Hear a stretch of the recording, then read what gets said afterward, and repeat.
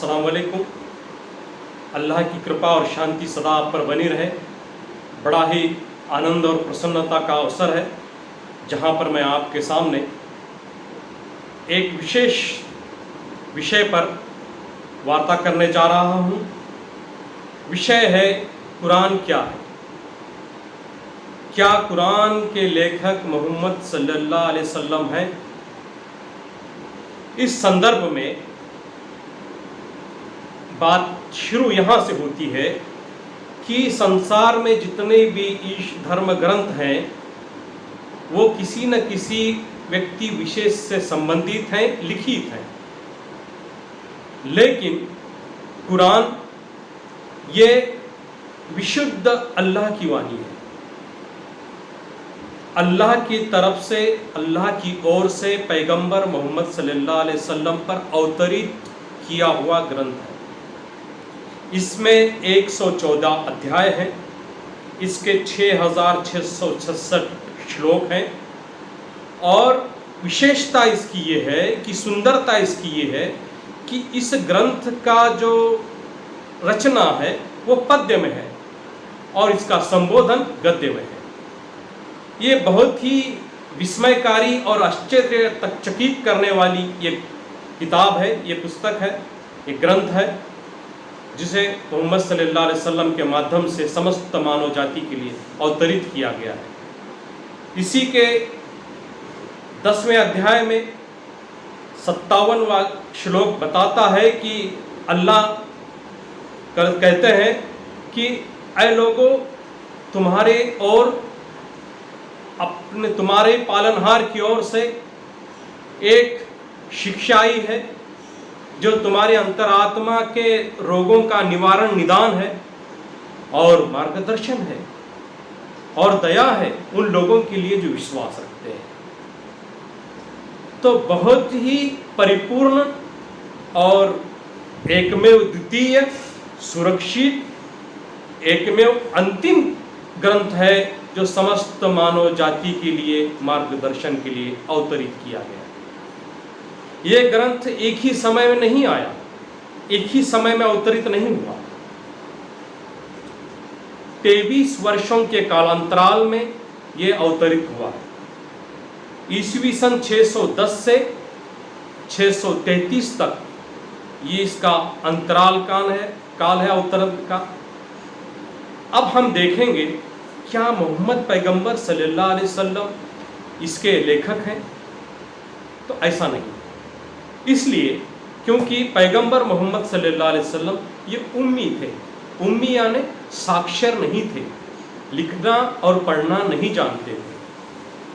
कुरान के ही अध्याय में कहा गया है कि पैगंबर, यदि तुम कुरान से पहले कोई किताब पढ़ते या लिखते तो ये झूठे लोग तुम्हारे प्रेषित्व पर संदेह करते। अध्याय 29वां है, 48वां श्लोक है। आगे चलकर हम जानना चाहेंगे और कि फिर ये ग्रंथ की क्या विशेषताएं हैं, क्या ऐसे एकमेव द्वितीय होने के इसके तथ्य हैं। तो मित्रों, संसार में जितने भी धर्म ग्रंथ हैं किसी न किसी व्यक्ति विशेष से लिखित हैं। उदाहरण के लिए Ramcharitmanas, Shri Tulsidas, gospel of arc और मार्क से संबंधित, रामायण ऋषि वाल्मीकि से संबंधित। लेकिन कुरान मोहम्मद सल्लल्लाहु अलैहि वसल्लम से लिखित की हुई ग्रंथ नहीं है, पुस्तक नहीं है, क्योंकि पैगंबर लिखना पढ़ना नहीं जानते थे। लेकिन कुरान की ये विशेषता है कि वो बहुत ही परिपूर्ण है। संसार में विविध जो शास्त्र हैं, जो ज्ञान है, उसका भी इसमें उल्लेख आया है। वैज्ञानिक दृष्टिकोण इसमें पाया जाता है, खगोल का दृष्टिकोण इसमें है, अंतरिक्ष का उल्लेख इसमें आया है। संसार में जो बड़े बड़े शास्त्र हैं, एम्ब्रियोलॉजी है, एस्ट्रोनॉमी है, जियोलॉजी है, कॉस्मोलॉजी है। इतना ही नहीं कि अंतरिक्ष में जो ग्रह, उपग्रह, तारे हैं, जैसे सूरज है, अपने ही कक्षा में भ्रमण करता है। ये आज से 1441 साल पहले इसका उल्लेख कुरान में आया है।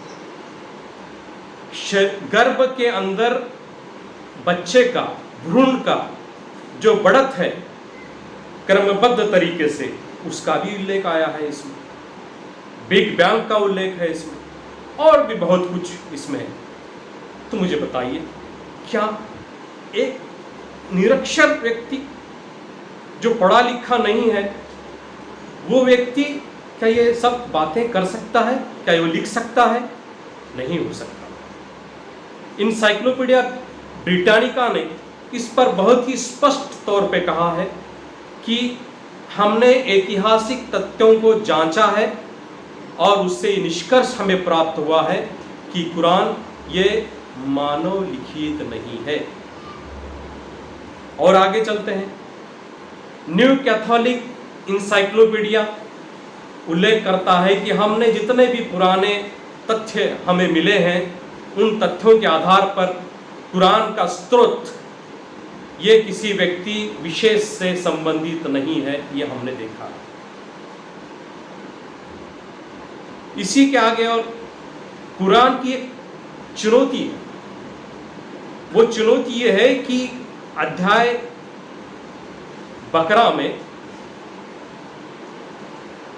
अल्लाह ताला की ओर से ये चुनौती दी गई है इनकार करने वालों को, बहुदेववादों को, कि आप ऐसा ही एक सूरह, एक अध्याय बना ले आए।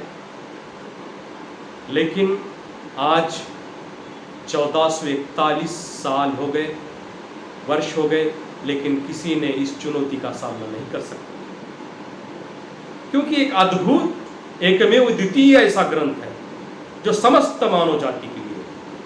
अच्छी तरह से ध्यान रखिए कि ये किसी विशेष समुदाय के लिए भी नहीं है, यह समस्त मानव जाति। अब आइए, ये कुरान, ये पवित्र कुरान जो आज हमें नजर आता है, इसकी रचना, इसका संग्रह, इसका रूप किस प्रकार आया है सामने। तो पैगंबर मोहम्मद सल्लल्लाहु अलैहि वसल्लम अपने ही जीवन में, अवतरित समय में, कुरान के अवतरण के समय में इसको लिखित रूप से लाने के लिए एक मंडल बनाया, लिखान करने वाला मंडल, जिसके प्रमुख ज़ैद बिन साबित थे। उनके प्रमुखता में इसको लिखने का प्रयास शुरू हो गया। खाल पर, पत्थरों पर इसको लिखा जाता।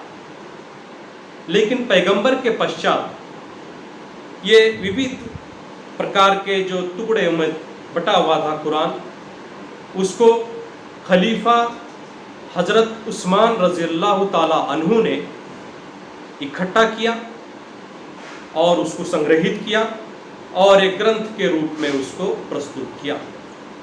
उस समय 7 इसके प्रतियां बनाई गई, जो विविध देशों में भेजी गई, सीलबद्ध करके, पंजीकरण करके।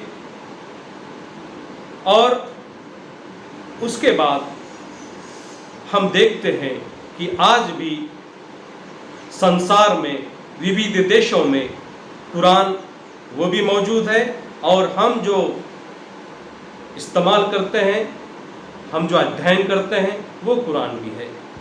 लेकिन उसमें किसी भी प्रकार का भेद नहीं है, किसी भी प्रकार की रचना में फर्क नहीं है, किसी भी प्रकार की त्रुटि नहीं है उसमें।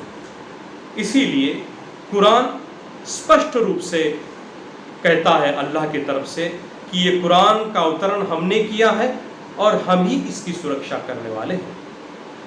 मित्रों, बहुत ही विस्मयकारी और आश्चर्यचकित कर देने वाला ये ग्रंथ है, जिसे हमें पढ़ना चाहिए।